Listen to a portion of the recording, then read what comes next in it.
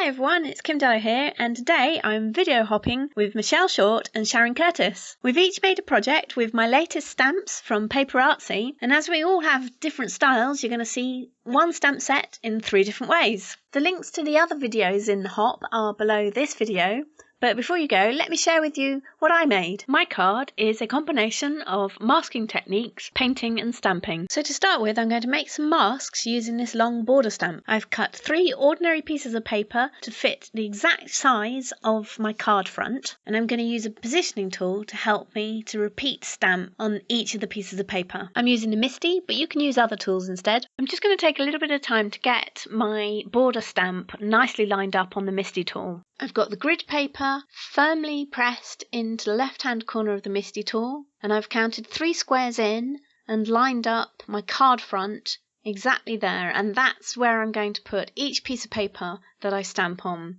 Once I'm happy with the position of the border stamp, I close the Misty so the stamp sticks to the lid, and now I can ink it up and I can just repeat stamp on each piece of paper, and it will be in exactly the same position each time, as long as I remember where my placings were. So now that I've stamped my mask, all I've got to do is complete them, and the first one's very simple. All I'm going to do is cut away the bottom part of the mask. On the second stamped piece of paper, I'm going to cut away the circle from the centre of the rounded rectangle, but remember to keep the 2 pieces together. You want the positive and the negative on this one. And for the third mask, the third stamped piece of paper, I'm going to cut away the inside of the circle part of the stamp. You'll see as it goes along.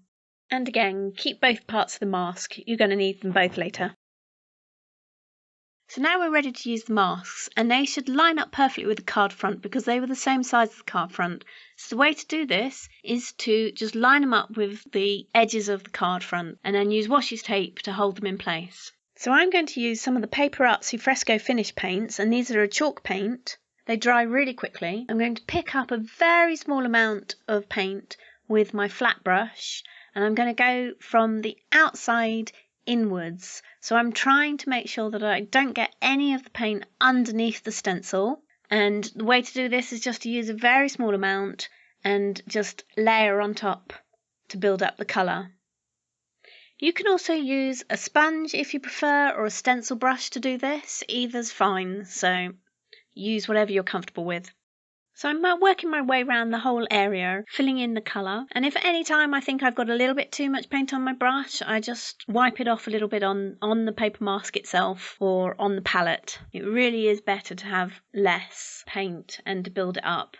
So one of the reasons I like using brushes, just ordinary brushes with paper masks and stencils, is that they're just a little bit softer on the paper mask, and your paper mask is going to last a little bit longer. If you're using foam or stencil brushes, there's a little bit more wear and tear on the paper, stencil or mask, so it doesn't last quite as long.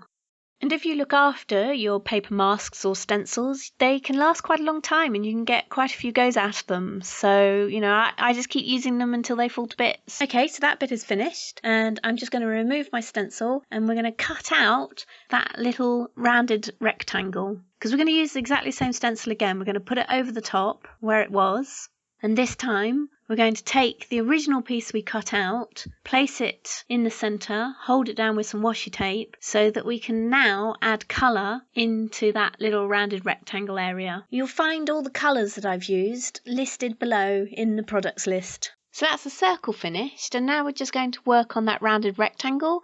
So again, this is now using a mask that has the circle in the middle cut out. Line it up with your card front, stick it down with washi tape and add the colour in through the stencil of the circle. And once you've finished adding all the colour, remove the mask, cut out the inside of the rounded rectangle shape, replace the mask, remember lining it up again, and then that original circle that you'd cut out in the first time, hold it over the top.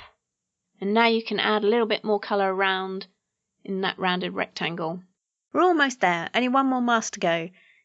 Once you're happy with the colour that you've put on, remove all your masks, paint's practically dry already, so we can move on to the last mask. For this final mask, the lining up is a little bit different. We've removed the bottom of the mask, so we can no longer use the corners of the card front to line it up. So what we're going to use is the colour that we've put down and the stamped image on the mask itself, and then line up both edges, the left-hand side and the right-hand side of the card front, with the mask itself. If you do this, then you should still get a precise placing. Once you're happy with the position, then go ahead and add some colour and use exactly the same technique as you've been using all the way through. So you want a nice coverage of this whole area, the bottom part of the card, and you want a nice thin layer of the paint. Don't put it on too thickly. Once you've got the coverage that you want, then remove the mask and you can fold your card.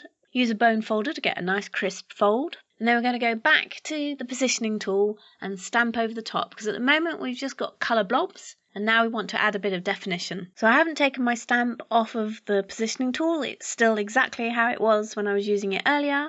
So all I've got to do is line up the card front exactly as I did before on the grid. And this time I'm going to use the magnets just to hold the card front down. This is when you find out whether you got it all right in the first place. Okay, looking good. So now I'm just going to add my sentiment, and I'm going to put my stamp onto a little piece of plastic to line it up on the card front, because the stamp's dirty and I don't want to get my card front dirty. So we're just using the positioning tool again. Then I'm going to colour a piece of cardstock with some cheesecake and a little bit of London bus just to get an interesting texture. And once that's dry, I'm going to stamp my little lion shape over the top and cut him out. All we need to do now is add the lion over the top, and I'm going to use some 3D foam to do this. And you can put him wherever you want. It's quite fun to try and position him, and using a pair of tweezers really helps. I quite like him here, so that's where I'm going to put him. And that's the card finished. I hope you've enjoyed watching the making of this card. This is a video hop, so if you haven't already, please visit both Michelle Short and Sharon Curtis to see their amazing projects with this stamp set. Their links to their videos are underneath this video, and if you aren't a subscriber to their channels yet, then you might want to become one, as they share lots of great projects and ideas. Feel free to leave any comments or queries, and thanks very much for watching. See you next time.